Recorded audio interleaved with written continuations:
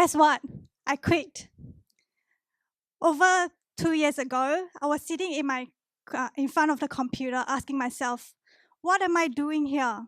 Am I living my dream or my parents' dream?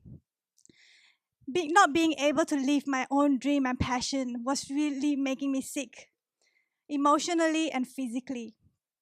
I remember having this feeling as though someone is choking me, and my body is telling me, Liling, tell your mom, your parents that you want to live your dream and your passion. You want to be happy. I went to speak to my mom, and I ended up crying because mom, she said, no, do not quit your high paying job. You're just sitting in front of the computer, doing some research, investing in shares, and you make money from it. Why do you want to go out there, work so hard, and get rejected by people? And guess what? I quit. I called her and told her that I quit and I want to pursue my own dreams. And she was furious. She was screaming at me on the phone. She was disappointed, and I just ended up crying as well. So, in the beginning, I went through an entrepreneurship program. I learned so much in 3 months compared to 3 years in my career as a financial advisor. I learned from pitching to talking to customers, customer research, all the way to creating a company and a product. At the end of the journey, I was so happy and so confident that I could succeed doing a business. I was like, yes, my company will go global and I'll help kids all over the world. Unfortunately, we failed because of various reasons, such as our founders' passion, mission, vision, and motivation are not aligned. And there were constant disagreement and arguments between us. So I moved on to the second business with someone that get along with me. The founders' chemistry were really good. We were really happy together. And in 6 months, we didn't manage to get any big deal at all, and we couldn't survive. And he decided to go back to his old job. And I was left alone, and I wasn't really passionate about the business. So I moved on to the third business. This time, I managed to find 5 co-founders who are doing what I'm really passionate about, teaching kids coding, robotics, animation. We were so happy and excited, and the business was growing. However, it wasn't growing fast enough to sustain all 5 co-founders. Some got demotivated and left. Some ran out of personal funding and left.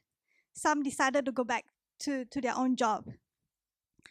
And I remember the day when the last co-founder told me that he decided to leave because he couldn't sustain his family, and he felt that he neglected the family for almost 2 years. I was crying after talking to him, and I remember calling my boyfriend, telling him that everyone left and I'm all alone. They asked me to decide whether to take over the business or just shut down the whole business. It took me a long time, maybe about a month, to think and reflect and asking myself, what do I really want to do in life? Do I really want to continue my passion, or do I just give up and go back to my old job? And finally, I decided to do it all by myself this time. If I fail, there's no one else to blame but myself. So I revamped the whole business, revamped the marketing strategy, hire more people, redo the whole website with a payment gateway. And today, the business is thriving. So we have 1 after-school program, and we started with 1 after-school program to 3 after-school programs. And we started with 1 school holiday program to 5.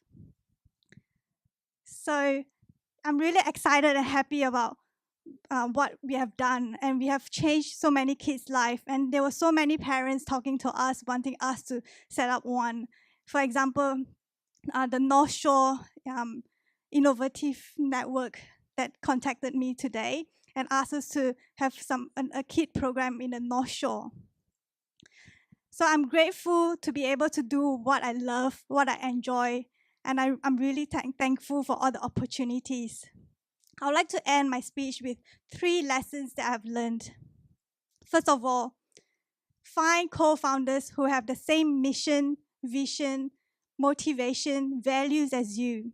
This is so important because if you do not have all the mission and vision are not aligned, you won't be able to move on and thrive.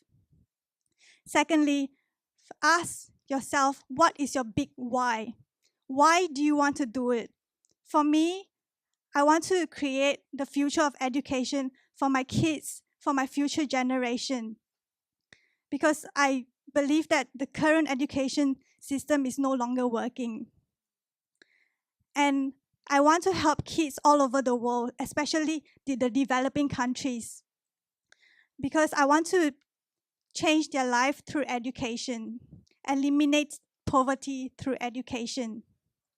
So once I found my why, I keep going no matter how hard it is. I came across many rejections, and people laugh at me. People say no after they wanted to invest. I was devastated, but I kept going on my own. I had no income for almost 2 years, and I finally able to pay myself a small amount end of this month.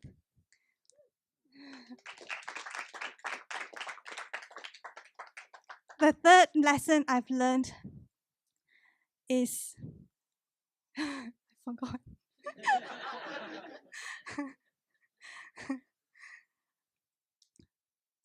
Be who you are, be authentic self. There are a lot of people out there who just, be who people want them to be. I was really true to myself, even though my parents were against me. Today, I told them that my business is finally making money. And she was like, okay, I see a future in this.